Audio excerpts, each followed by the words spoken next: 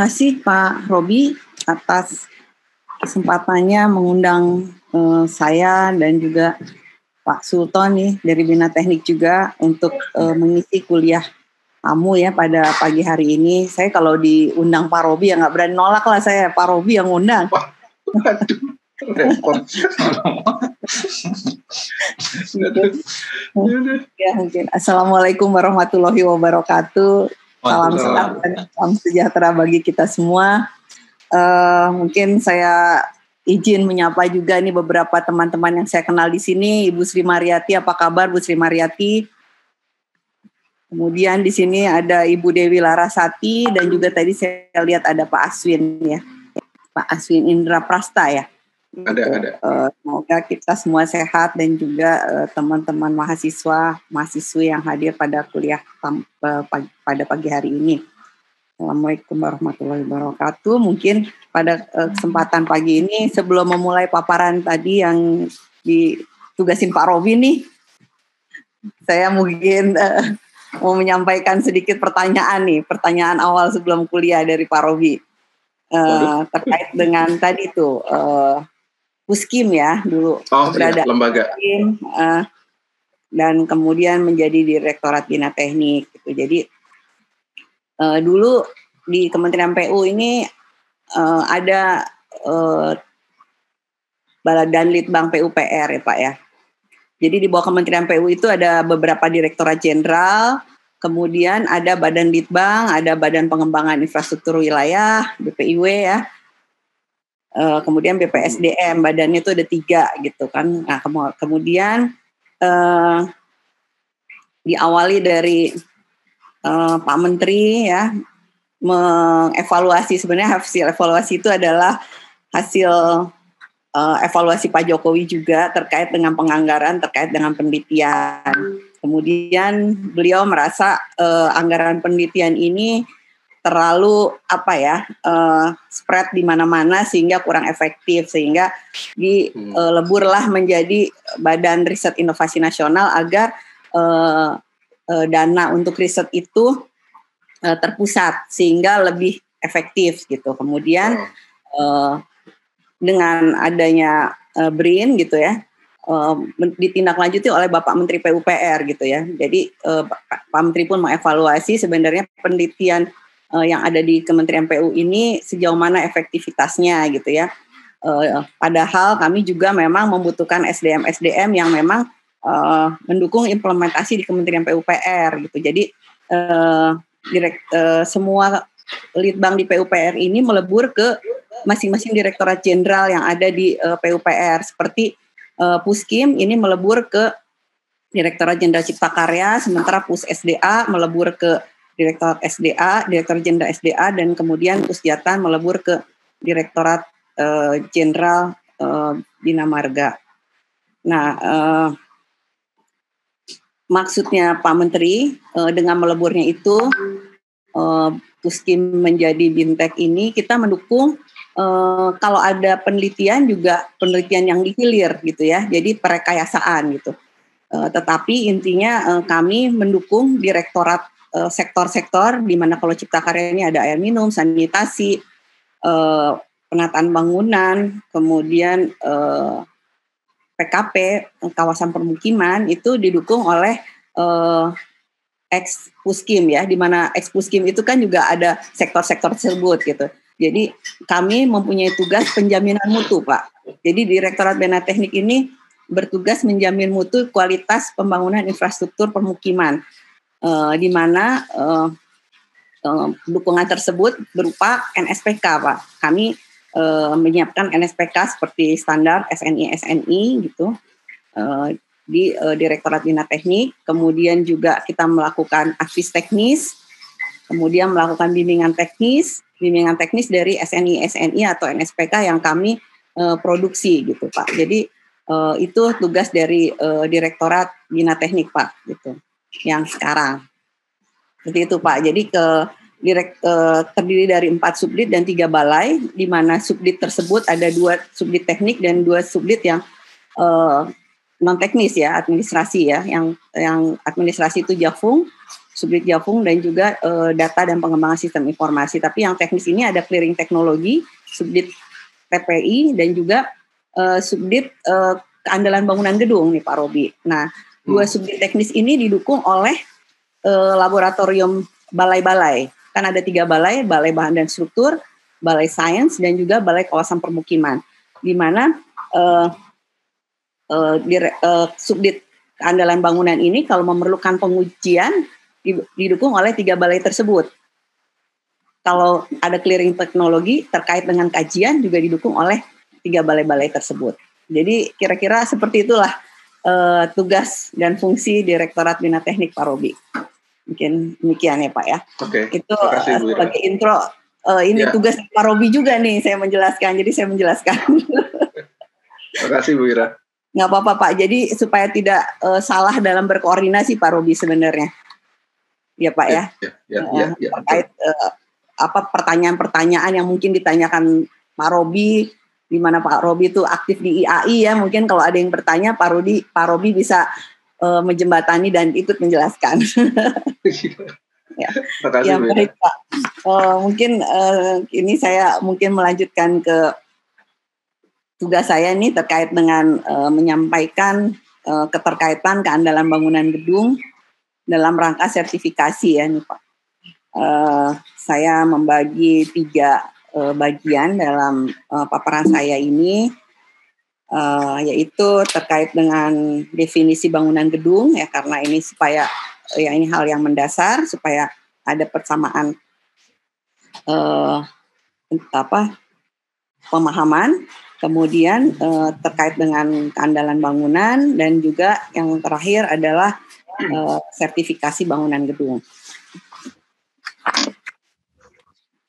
Mungkin terkait dengan definisi bangunan gedung ya di sini. Apa itu bangunan gedung? Nah, di sini bangunan gedung itu adalah wujud fisik ya. Ini sebenarnya definisi bangunan gedung ini ada di PP 16 tahun 2021 tentang peraturan pelaksanaan Undang-Undang Nomor 28 tahun 2002 tentang bangunan gedung. Ini adalah kalau Pak Robi sih udah tahu ya, tapi bagi teman-teman mahasiswa gitu, jadi dulu kita memiliki undang-undang terkait bangunan gedung Nomor 28 tahun 2002 ini, kemudian dengan adanya Undang-Undang Cipta Kerja, maka Undang-Undang Nomor 28 ini direvisi menjadi PP 16 tahun 2001 ya. Jadi secara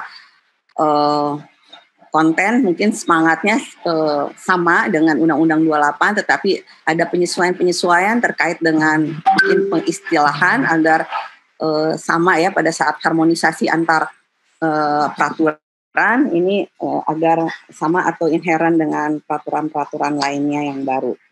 Jadi bangunan gedung ini wujud hasil pekerjaan konstruksi yang menyatu dengan tempat dan kedudukannya, sebagian atau seluruhnya berada di atas dan atau di dalam tanah dan atau air yang berfungsi sebagai tempat manusia melakukan kegiatan. Jadi memang bangunan gedung ini wadah ya intinya untuk manusia berkegiatan, baik untuk hunian atau tempat tinggal atau kegiatan keagamaan, kegiatan usaha, kegiatan sosial budaya maupun kegiatan khusus.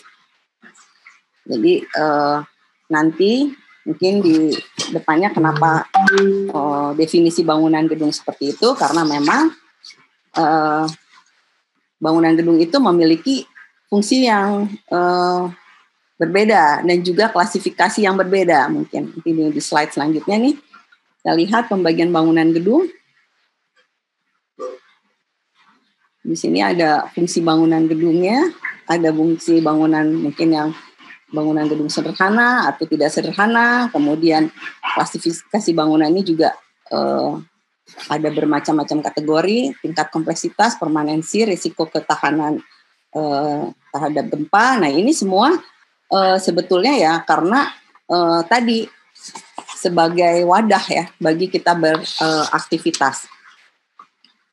Di sini ada fungsi-fungsinya, mungkin Bapak Ibu sekalian, teman-teman mahasiswa bisa melihat di sini di paparan saya fungsi bangunan gedung ini ada Ada banyak nih, ada 7. Kemudian untuk klasifikasinya ini tadi ada kompleksitasnya, itu ada bangunan gedung sederhana dan tidak sederhana, bangunan khusus, kemudian tingkat permanensinya juga ada.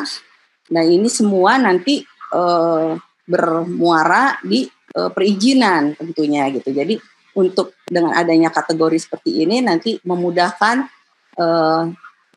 teman-teman untuk memberikan assessment untuk menyetujui perizinan terkait bangunan gedung. Karena kan apabila bangunan itu berubah fungsi, tentunya dia akan harus melakukan penyesuaian terkait dengan perizinannya. Mungkin terkait dengan keandalan, bangunan ini kan karena tadi fungsi kita beraktivitas di dalam satu tempat, itu perlu adanya penjaminan terhadap kesesuaian dan keselamatan bagi penghuni yang ada di dalamnya.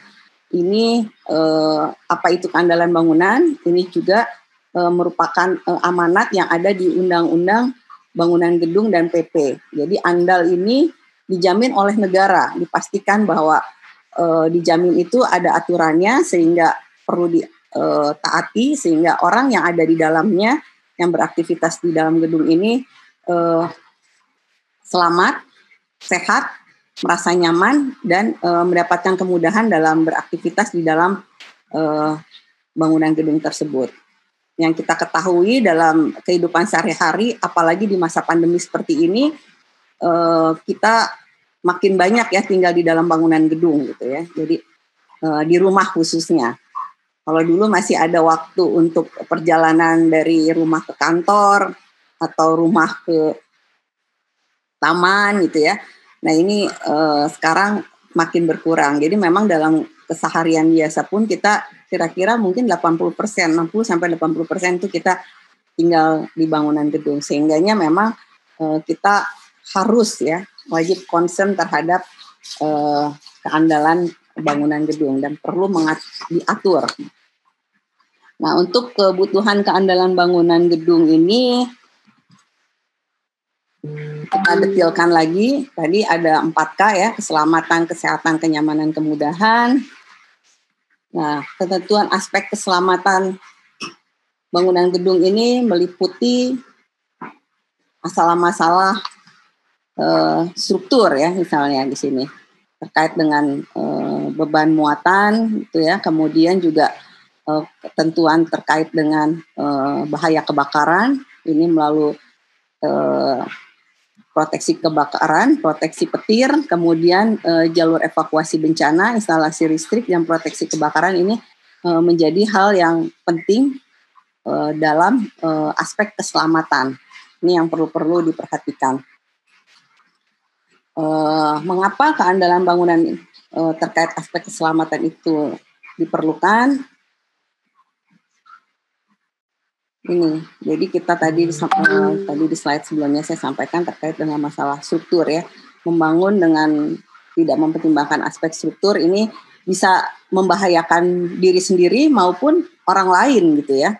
Jadi ini adalah hal-hal yang perlu diperhatikan. Kemudian juga terkait dengan persyaratan keselamatan terkait dengan kebakaran, ini pun juga direncanakan dengan baik tentunya ya. Jadi tidak asal ada seperti yang ada di tayangan saya itu fotonya, jadi ada tetapi ya tidak bisa berfungsi gitu kan. Kemudian juga terkait dengan pemilihan material yang tidak sesuai dengan standar yang mengakibatkan runtuh, ini juga menjadi hal-hal yang perlu dipertimbangkan dalam perencanaan untuk keselamatan. Kemudian 4K yang berikutnya adalah aspek kesehatan.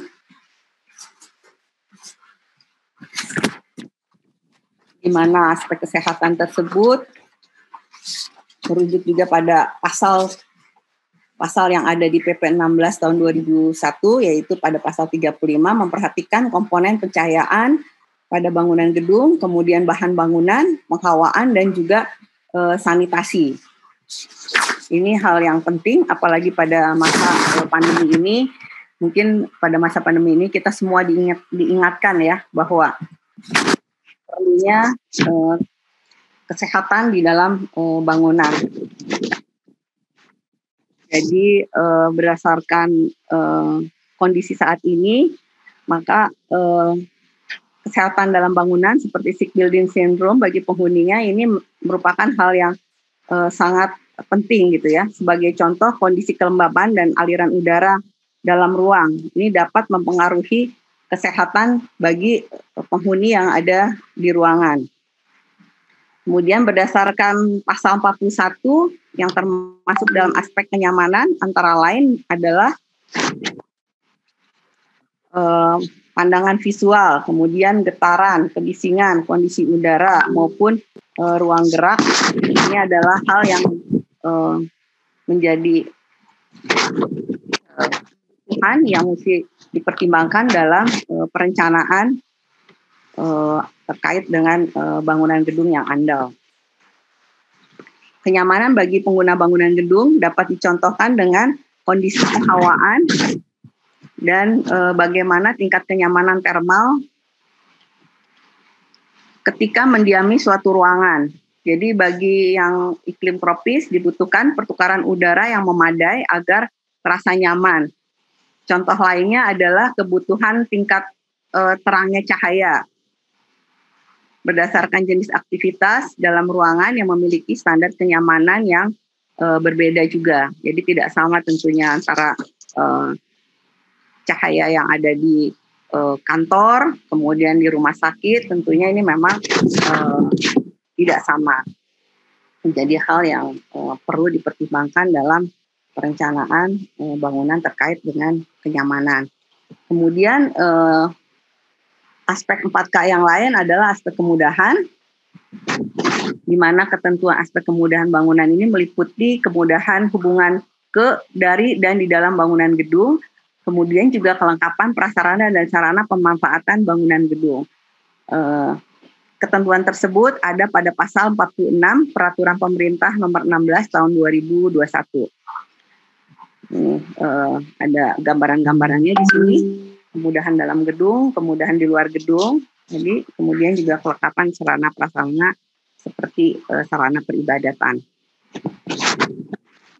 Kemudian hal yang sering ditemui dalam kegagalan aspek kemudahan adalah adanya rintangan atau terputusnya kontinuitas arus sirkulasi, baik bagi penghuni dengan kebutuhan khusus atau secara umum. Contohnya yang ditampilkan pada layar ini patut dihindari ya, ini seperti ini.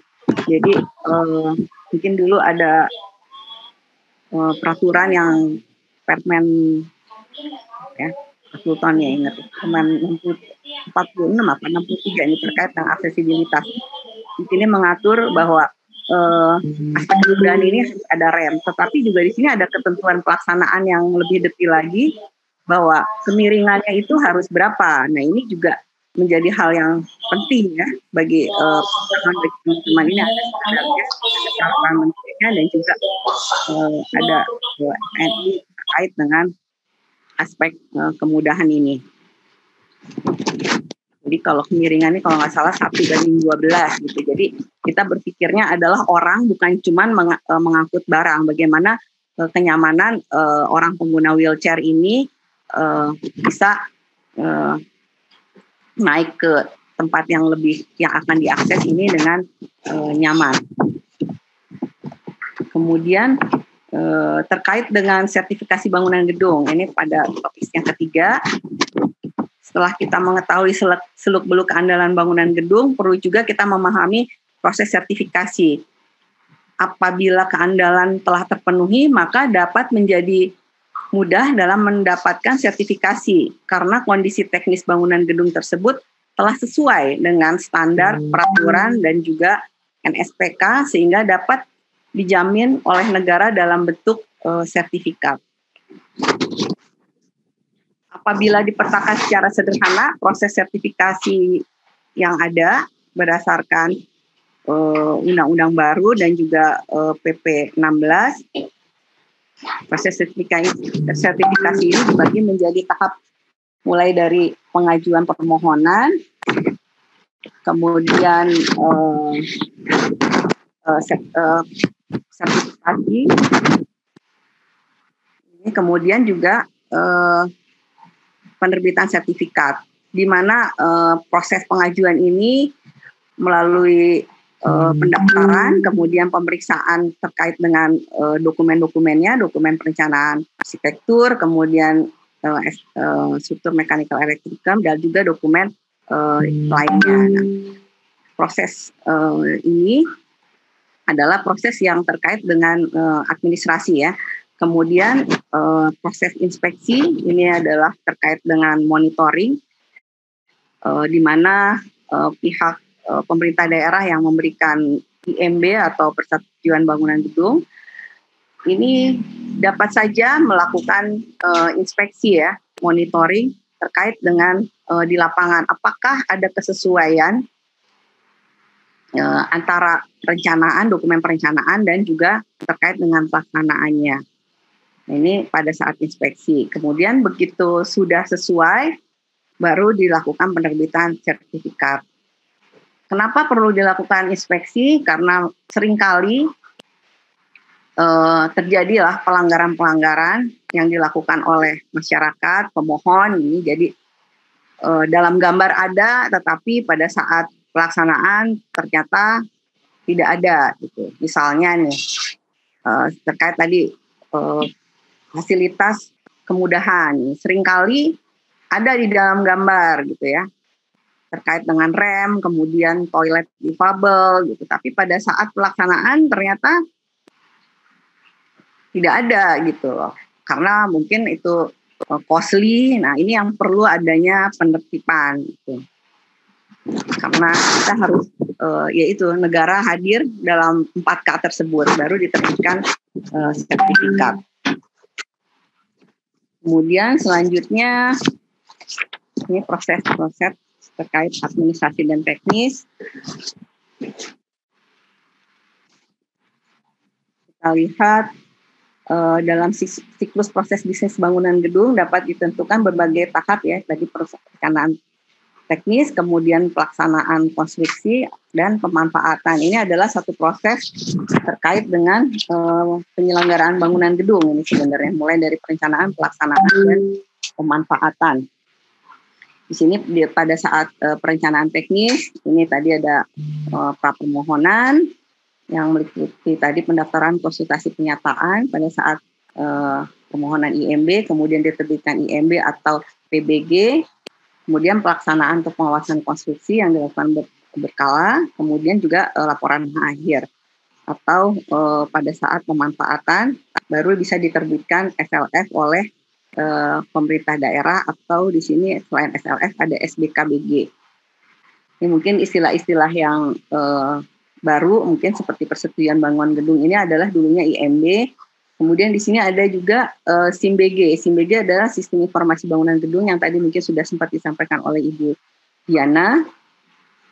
Ini adalah satu kemudahan baru ya terkait dengan pengusulan IMB yang lebih mudah dan lebih cepat ya. Jadi pelayanan melalui SIMBG ini yang sebetulnya peluncurannya mungkin bulan lalu yang harus dipatuhi oleh pemerintah-pemerintah daerah juga untuk kemudahan ini karena ini mendukung Undang-Undang Cipta Kerja sebenarnya, kemudahan berusaha dan kemudahan perizinan.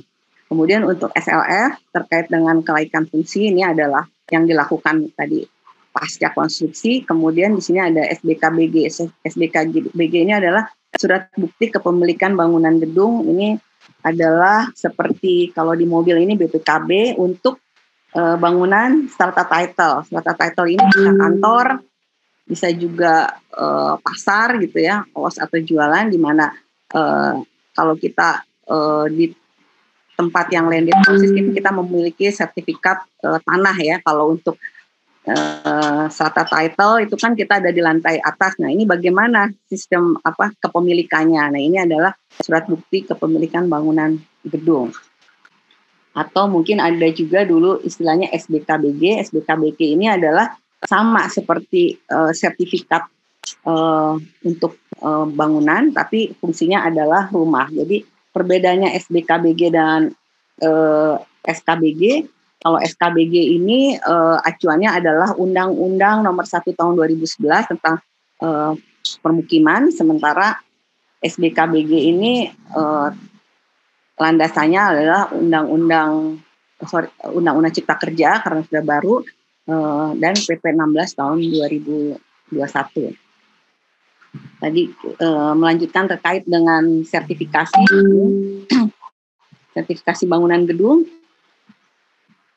Kita lihat pada piramida ini tadi persetujuan bangunan gedung, tadi pemenuhan standar dokumen, ini adalah dokumen administrasi, kemudian terkait kelaikan fungsi adalah sudah memenuhi standar teknis gitu ya terkait dengan 4K tersebut.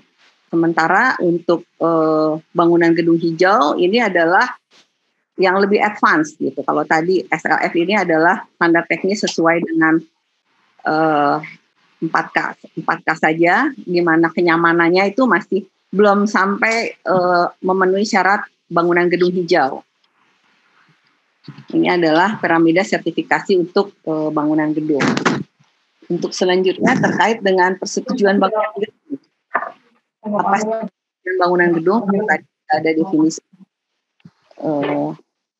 yang saya sempat sampaikan di slide sebelumnya. Persetujuan bangunan gedung ini adalah perizinan yang diberikan kepada pemilik bangunan gedung untuk membangun baru, mengubah atau memperluas, mengurangi atau merawat bangunan gedung sesuai dengan standar teknis bangunan gedung.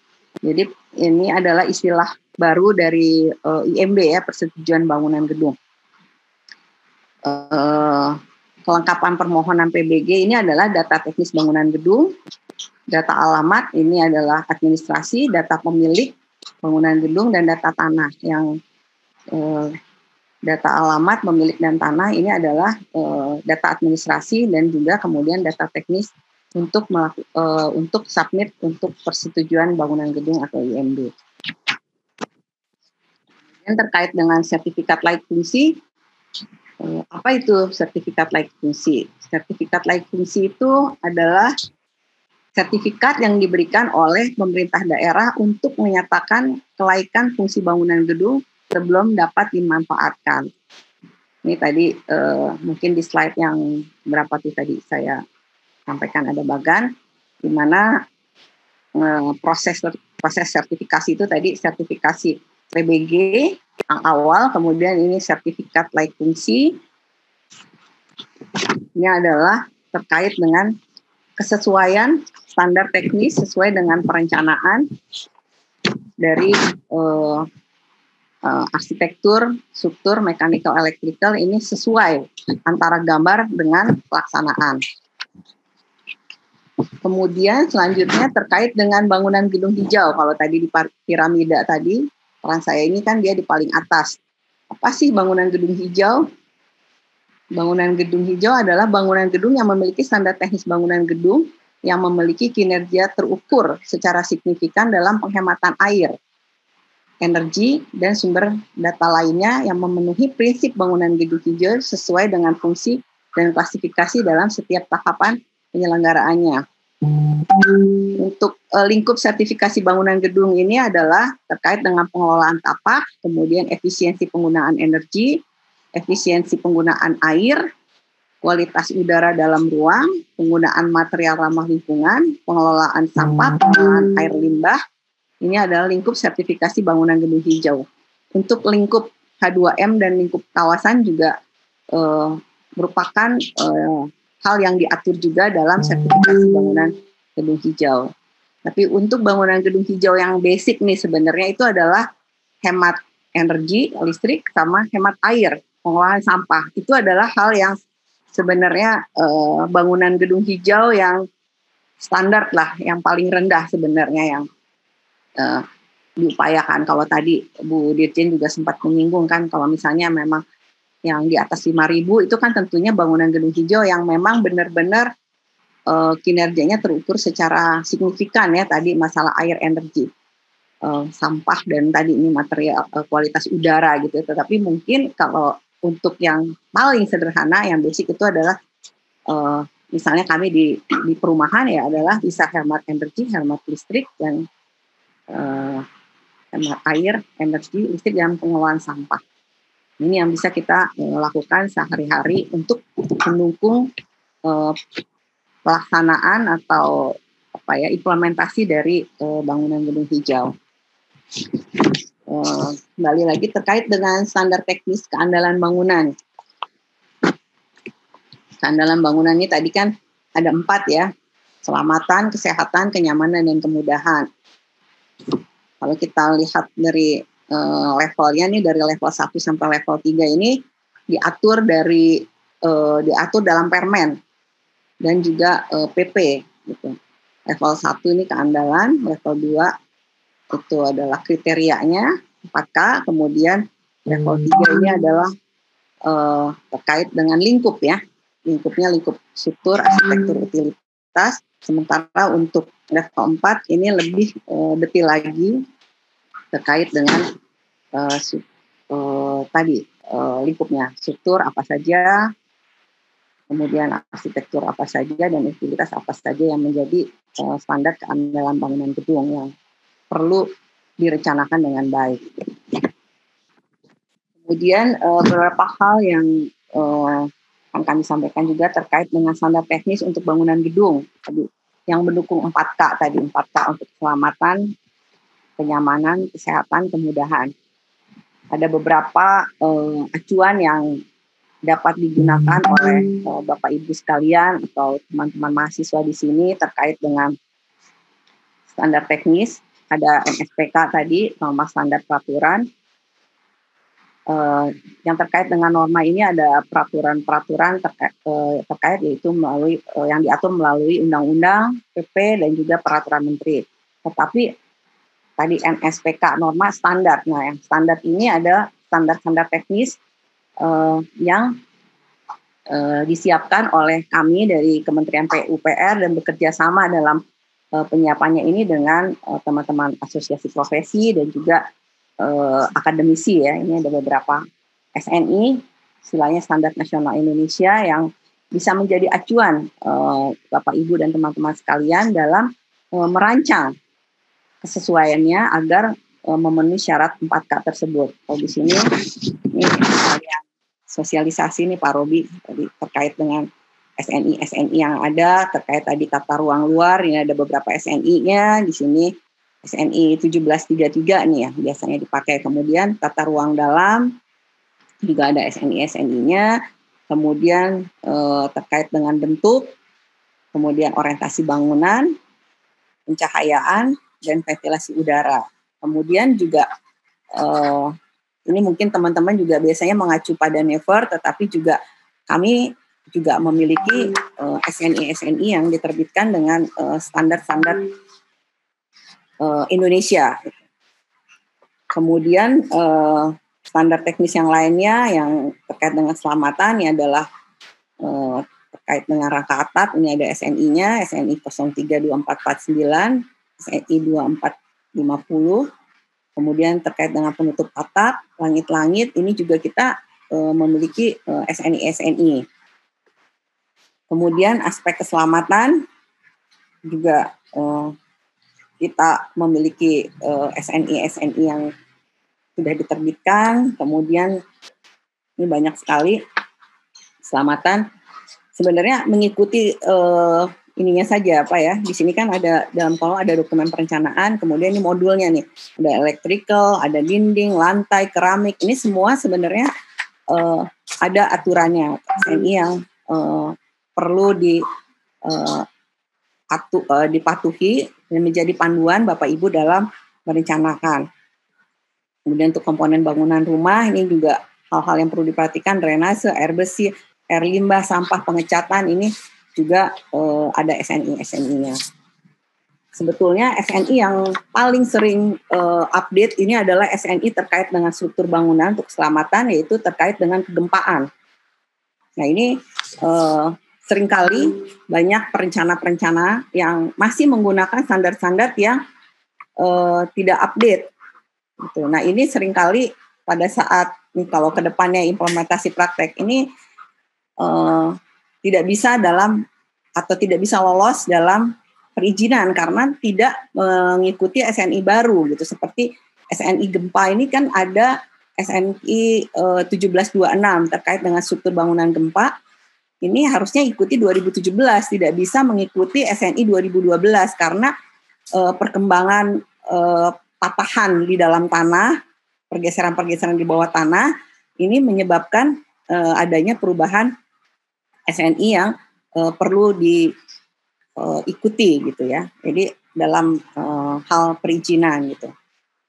Seperti itu kalau terkait dengan keselamatan ya. Kemudian terkait dengan aspek kesehatan. Di sini aspek kesehatan adalah sistem penghawaan, sistem pencahayaan, sistem penyediaan air minum, ini kemudian sistem air bekas, kemudian air bekas ini seperti grey water ya, ini bagaimana diaturnya. Kemudian sistem pengolahan air kotor, sistem pengolahan sampah, air hujan, kemudian juga penggunaan bahan pada bangunan gedung.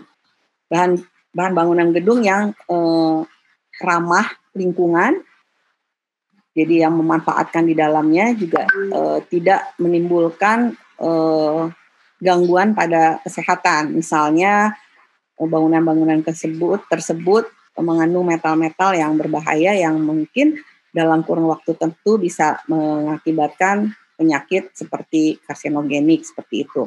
Kemudian juga sistem gas medik ini juga menjadi aspek yang perlu diperhatikan untuk pembangunan di rumah sakit. Beberapa SNI juga yang memang menjadi acuan dalam aspek kesehatan. Di sini tentang konservasi energi, kemudian sistem plumbing pada bangunan gedung, kemudian tata cara perancangan pencahayaan, dan juga tata cara perancangan sistem ventilasi dan pengkondisian udara pada bangunan gedung. Jadi ini sebenarnya ini kita mensosialisasikan bahwa aspek-aspek kesehatan tuh yang perlu dipertimbangkan apa saja sih dalam merancang. Kemudian lanjutnya mungkin ini beberapa aspek kesehatan. Mungkin lanjut ke slide ke 36 saja nih. Aspek kenyamanan, setelah aspek kesehatan, aspek kenyamanan, di mana kenyamanan ini adalah yang harus dipertimbangkan masalah ruang gerak, bahwa kita nyaman bergerak di satu ruangan misalnya dalam bekerja. Di sini kan ada ukuran nyaman bekerja itu berapa, kemudian kondisi udara yang seperti apa, kemudian getaran dan kebisingan, ini nanti terkait dengan desain pasif dan juga penggunaan material, kemudian kenyamanan pandang. Terkait dengan aspek kenyamanan, untuk mendapatkan kenyamanan ruang gerak dalam bangunan gedung harus mempertimbangkan fungsinya, kemudian jumlah penggunanya itu berapa, kemudian perabotan atau peralatannya seperti apa. Dalam ruang yang luas kita bisa memilih perabotan yang lebih besar, tapi apabila ruangannya kecil ya kita harus memilih perabotan atau peralatan yang compact. Kemudian aksesibilitas ruangan di dalam bangunan gedung dan juga persyaratan keselamatan dan kesehatan. Keselamatan dan kesehatan ini juga merupakan atau hal yang mempengaruhi kenyamanan dalam beraktivitas di dalam ruang.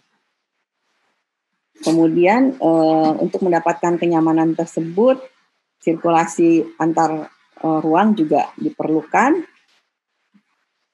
dipikirkan, kemudian juga masalah-masalah tadi kesehatan dan keselamatan. Kemudian terkait dengan standar teknis untuk bangunan gedung terkait dengan kenyamanan termal.